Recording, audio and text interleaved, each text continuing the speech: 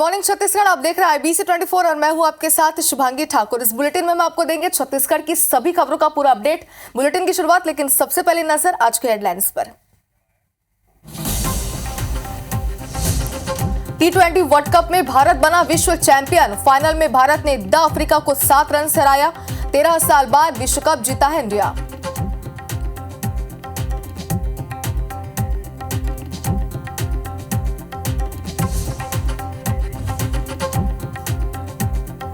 और man of the match बने Virat Kohli, Jasprit Bumrah man of the series.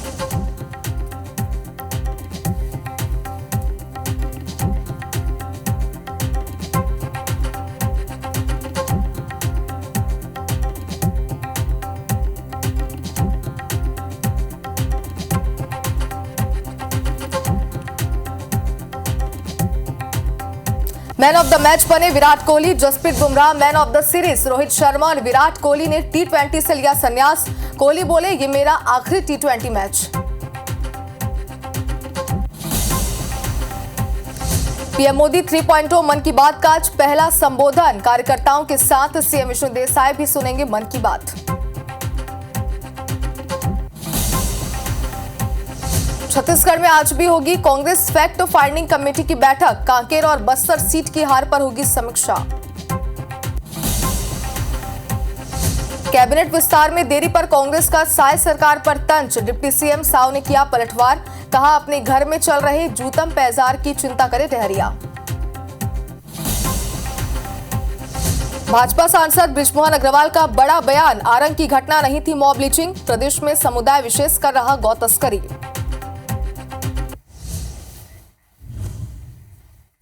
प्रायोजक हैं राजयोग पेन। खुशियां आपकी, रंग हमारे।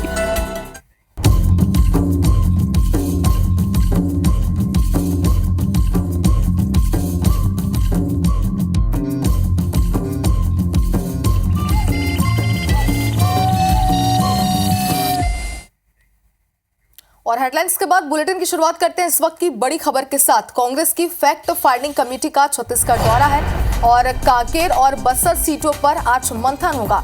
आपको बता दें कि चुनाव परिणाम को लेकर लगातार चर्चाएं हो रही है, हाल की समीक्षा हो रही है। इसी के तहत फैक्ट फाइंडिंग कमेटी छत्तीसगढ़ के दौरे पर है और आपको बता दें कि फैक्ट फाइंडिंग कमेटी के चेयरमैन वीरप्पा मोइली समीक्षा कर रहे हैं। रायपुर, बिलासपुर और सरगुजा संभाग की सीटों पर सभी मंथन हो चुका है और आज इसका तीसरा दिन है। तो बता दें कि आज भी मंथन होगा, जिसमें तमाम जो पार्टी के दिग्गज है, तमाम जो कार्यकर्ता, यहाँ तक कि प्रत्याशी खुद भी इस बैठक में मौजूद रहेंगे। और आपको बता दें कि इस फैक्ट फाइंडिंग कमेटी के छत्तीसगढ़ दौरे का आज तीसरा दिन है। आज की अगर बात करें तो कांकेर और बस्तर सीटों पर आज मंथन होगा। चुनाव परिणाम को लेकर विस्तार से चर्चा की जाएगी। बता दें कि इसके पहले 2 दिन भी चर्चा की गई थी, हार पर मंथन हुआ था, लेकिन कहीं ना कहीं पार्टी की अंतर्कलह भी इसमें सामने आ रही थी, क्योंकि बताया जा रहा था कि आरोप प्रत्यारोप का दौर इस बीच जारी था। लगातार पार्टी की अंतर्कलह को जो तमाम कार्यकर्ता थे वो हार की वजह बताते हुए नजर आए थे और आज उसका तीसरा दिन है। आज भी हार को लेकर समीक्षा की जाएगी। और ज्यादा जानकारी के लिए हमारे संवाददाता स्टार जन इस वक्त हमारे साथ लाइव जुड़ चुके हैं। स्टार, आज तीसरा दिन है, मंथन आज भी किया जाएगा। क्या लगता है कैसा आज स्थिति बनी रहेगी? क्योंकि कल बताया जा रहा था कि पिछले 2 दिन जब मंथन हुआ तो आरोप प्रत्यारोप का दौर दोनों ही पार्टी के बीच जारी था।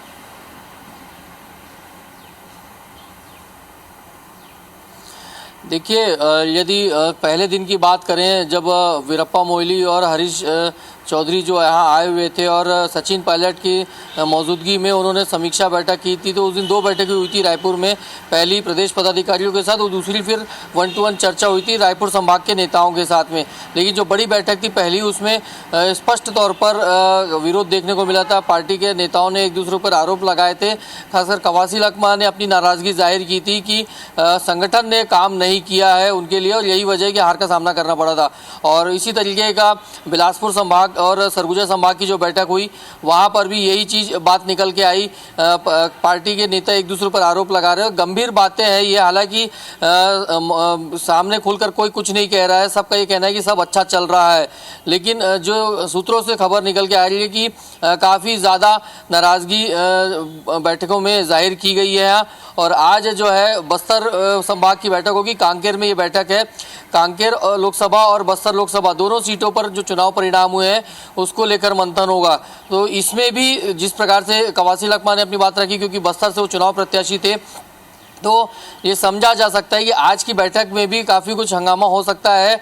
काफ़ी नाराज़गी कार्यकर्ताओं के द्वारा एक दूसरे के ऊपर दिखाई गई है, जब तक वो आज और सामने निकल के आ सकती है। और कल का जो है वो जो है दुर्ग संभाग की बैठक होगी। हालांकि रायपुर में वो बैठक है जिसमें दुर्ग संभाग, दुर्ग और राजनांदगांव लोकसभा सीटों पर मंथन होगा। तो कुल मिलाकर ये है कि फैक्ट फाइंडिंग कमेटी है और जो बातें निकल के आ रही है कि इस फैक्ट फाइंडिंग कमेटी में लोग अपनी बातें रख रहे हैं, कांग्रेस के कार्यकर्ता, और सूत्रों से जो जानकारी निकल के आ रही है, अंदर से जानकारी निकल के आ रही है, तो इसमें संगठन और जो सत्ता पक्ष था यानी जो नेता लोग थे उनमें और संगठन चुनाव लड़ने वाले में और संगठन के लोगों में एकजुटता नहीं दिखी, ऐसी बात निकल के आ रही है। और इसका कहीं ना कहीं क्या परिणाम होता है देखना होगा, क्योंकि जिस प्रकार से सचिन पायलट ने कहा कि आने वाले समय में नगरीय निकाय चुनाव उसके लिए कांग्रेस तैयारी में जुटेगी, तो ये जो फैक्ट फाइंडिंग कमेटी आती है वो क्या फैक्ट निकालती है और जो लोगों से सुझाव लिए गए हैं उसमें एक बात ये सामने आई कि जो वरिष्ठ कांग्रेसी नेता हैं, पुराने जो कांग्रेसी नेता हैं, उनके अनुभव को दरकिनार किया गया पिछले कुछ चुनावों में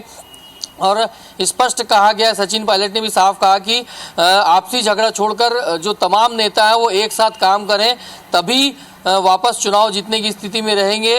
और सीधा सीधा बड़े नेताओं के यानी जिनकी पूछ परख थोड़ी सी पार्टी में कम हो गई थी, उनको वापस सत्सम्मान बुलाकर उनके अनुभव का लाभ लेने के लिए भी बात सामने निकल कर आई है। चलिए स्टार, जैसे जानकारी आप दे रहे हैं तो आज भी हंगामे के आसार बन सकते हैं। अपडेट आज लेंगे मंथन को लेकर। फिलहाल बहुत बहुत शुक्रिया आपका तमाम जानकारी के लिए।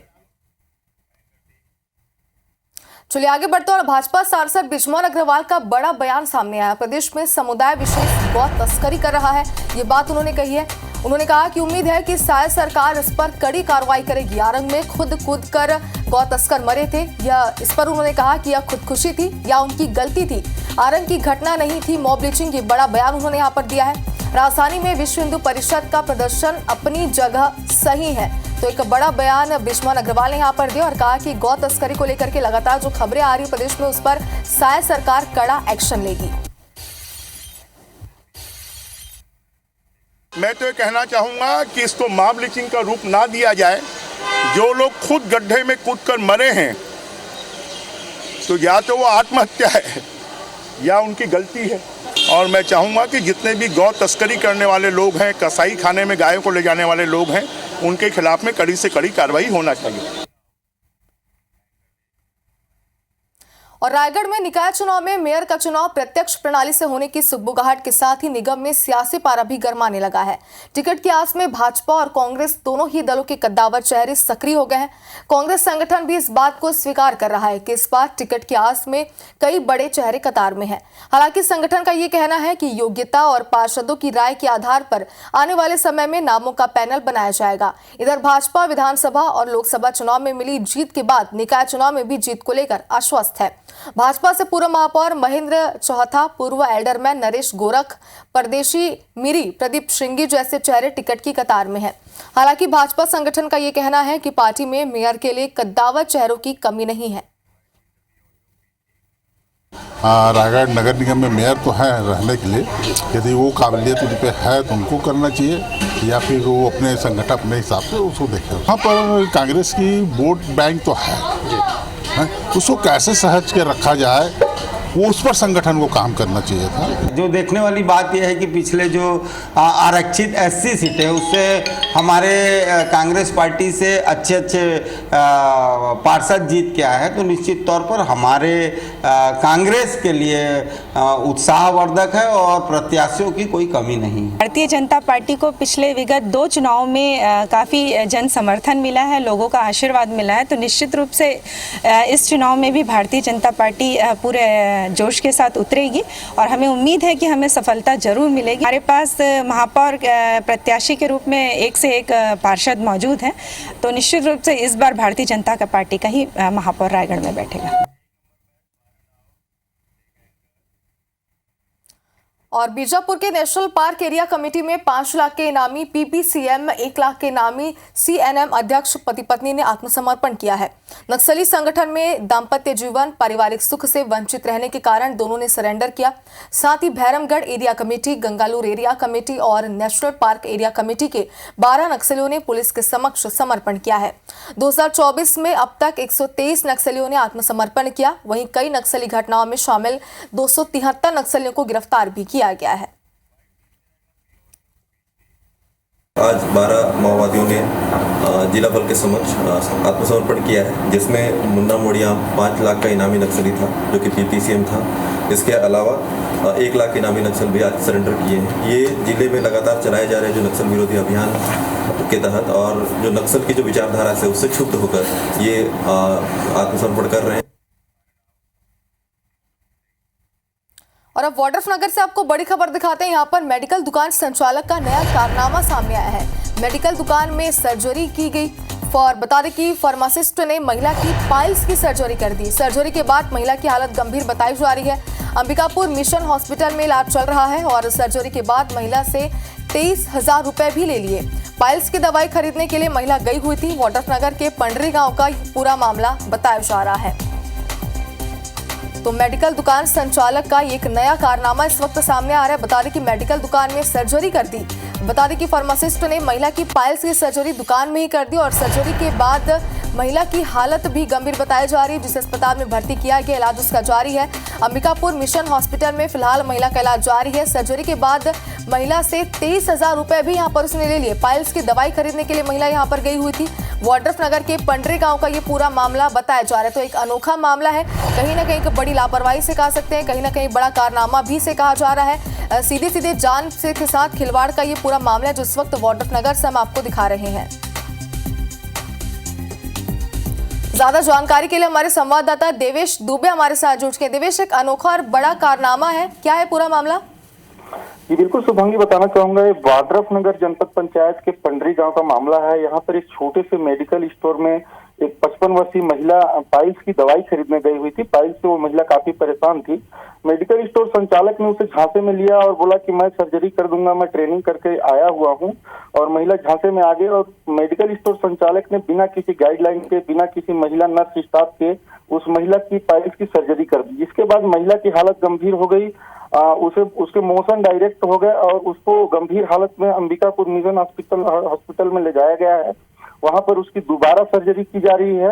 और बता दूं कि इस सर्जरी के एवज में उस महिला से मेडिकल दुकान संचालक ने 23,000 रुपए भी ऐंठ लिए और अभी फिलहाल महिला का इलाज जारी है। जी देवेश, लेकिन पूरा मामला तो सामने आ चुका है। इस पर किस तरीके की बात की, एक्शन की बात कह रही है पुलिस तक जानकारी तो पहुंच गई होगी, जाहिर सी बात है। जी देखिए, एक हैरान कर देने वाला मामला यह है कि परिजन आनंद फानन में इलाज के लिए हॉस्पिटल गए हुए थे और जब मामला थाने में पहुंचा तो थाने में इलाज के बाद इसकी कार्रवाई की जाने की बात कही गई है। देवेश, का पहले भी दुकान संचालक के ऐसे कोई कारनामे सामने आए हैं? जी देखिए, दुकान संचालक मेडिकल स्टोर गाइडलाइन के हिसाब से मेडिकल स्टोर संचालक को सिर्फ दवाइयां बेचने का परमिशन होता है, लेकिन इस मेडिकल स्टोर में लगातार मरीजों का उपचार भी किया जाता है, जिसमें काफी मरीजों के जीवन के साथ भी खिलवाड़ किया जाता है। चलिए देवेश, एक बड़ा मामला है क्योंकि जाहिर सी बात है किसी की जान के साथ यहाँ पर खिलवाड़ किया गया है। अपडेट आपसे इस पूरे मामले को लेकर लेंगे। खबर पर नजर बनाए रखिएगा। बहुत बहुत शुक्रिया तमाम जानकारी के लिए। और सरायपाली उप स्वास्थ्य केंद्र की सीएचओ के अपहरण मामले का एसपी अंकिता शर्मा ने शनिवार को खुलासा कर दिया। एसपी ने बताया कि प्रेमी से शादी करने और प्रेमी को अपने घर वालों की नजरों में अच्छा बनाने के लिए षड्यंत्र रचा गया था। सीएचओ और उसके प्रेमी को बिलासपुर के एक होटल से गिरफ्तार किया गया है और दोनों ही आरोपियों को जेल भेज दिया गया है। एसपी ने बताया कि ऐसी घटनाएं अपराधी के दायरे में आती है, लोग ऐसी घटनाओं से सावधान रहें। जो कार्रवाई में इससे पूछताछ हुई तो इसमें ये पता चला कि दोनों ने षड्यंत्र के तहत अपने भाई से ही एक्सटॉर्शन की चीज़ को अंजाम दिया था। खुद ही 15 लाख की फिरौती मांगी थी और इस पे हमने आगे विवेचना के दौरान 384 जो कि एक्सटॉर्शन का मुकदमा है और 120 भी जो कि क्रिमिनल कॉन्स्पिरेसी की धारा है आईपीसी में, तो दोनों के तहत इसमें कार्रवाई करके लड़की और उसके प्रेमी दोनों को इसमें आरोपी बना करके जुडिशियल रिमांड में भेजेंगे। और भिलाई के ग्लोब चौक में हुए गोलीकांड को लेकर पुलिस ने बड़ा खुलासा किया है। पुलिस ने ये बताया है कि गोलीकांड में आरोपी अमित जोश का परिवार भी शामिल है। दरअसल शुक्रवार को बीएसपी टाउनशिप में अतिक्रमण को लेकर हुई कार्रवाई में गोलीकांड के आरोपी अमित जोश के घर भी पुलिस पहुंची हुई थी। अमित ने पूरे 18 क्वार्टर की बिल्डिंग पर कब्जा कर रखा था, जिसके बाद बीएसपी के लोगों ने घर से सामान बाहर निकाला तो अमित के घर से 2 खाली कारतूस और एक मैगजीन मिली। तब उसकी मां ने बताया कि अमित ने उसे यह रखने के लिए दी थी। और उसे गोलीकांड की पूरी जानकारी थी। वहीं बीएसपी की टीम आरोपी अमित जोश की बहन प्रिया और उसके पति लकी जॉर्ज के घर पहुंची तो उसने भी सेक्टर 5 के क्वार्टर में कब्जा कर रखा था। यहां पुलिस को तलाशी के दौरान गोलीकांड की घटना में उपयोग की गई पिस्टल, 2 मैगजीन, 2 धारदार हथियार और इसके साथ ही कुछ दस्तावेज भी मिले हैं। इधर बहन ने भी कबूल कर लिया है कि उसके भाई ने वहां गोली चलाने के बाद पिस्टल यहां छुपाने कहा था। इसके साथ ही आरोपी अमित को भगाने में मदद करने वाले 2 अन्य लोगों को भी पुलिस ने गिरफ्तार कर लिया है। भिलाई नगर थाना क्षेत्र में जो विगत दिवस गोली चालन की कार्रवाई हुई थी, जिसका मुख्य आरोपी अमित जोश के कल घर को बेजा कब्जा जो था, अवैध निर्माण था, उसको ढहाया गया। इसी बीच वहां जब सर्चिंग कार्रवाई की गई तो वहां 2 नग खाली कारतूस और 4 नग जिंदा कारतूस मिला, जिसमें उसकी मां को आरोपी बनाया गया है। आर्म्स एक्ट के तहत कार्रवाई की गई है। और चलिए अब बात करते हैं कल के मैच की। तो T20 वर्ल्ड कप क्रिकेट के विश्व विजेता बनने पर रायपुर में भी देर रात तक जश्न का माहौल रहा। रायपुर के तेलीबांधा तालाब के सामने जीत का जश्न का जायजा लिया हमारे संवाददाता विशाल श्रीवास्तव ने। तो भारतीय टीम जो है वो वर्ल्ड चैंपियन बन गई है और ये खुशी जो है ये रात भर मनी है, ये खुशी थमी नहीं है क्योंकि भारतीय टीम ने 17 साल का सूखा खत्म किया है और फैन सड़कों पर रहे रात भर, फुल खुश हुए हैं और बहुत एक्साइटेड हुए हैं। कुछ फैंस से पूछते हैं भारतीय टीम जो है वर्ल्ड चैंपियन बन गई, कितनी खुश हो? इंडिया जीती, बहुत मजा आया मुझे। इंडिया जीत गई है वर्ल्ड कप, मेरे को बहुत मजा आई।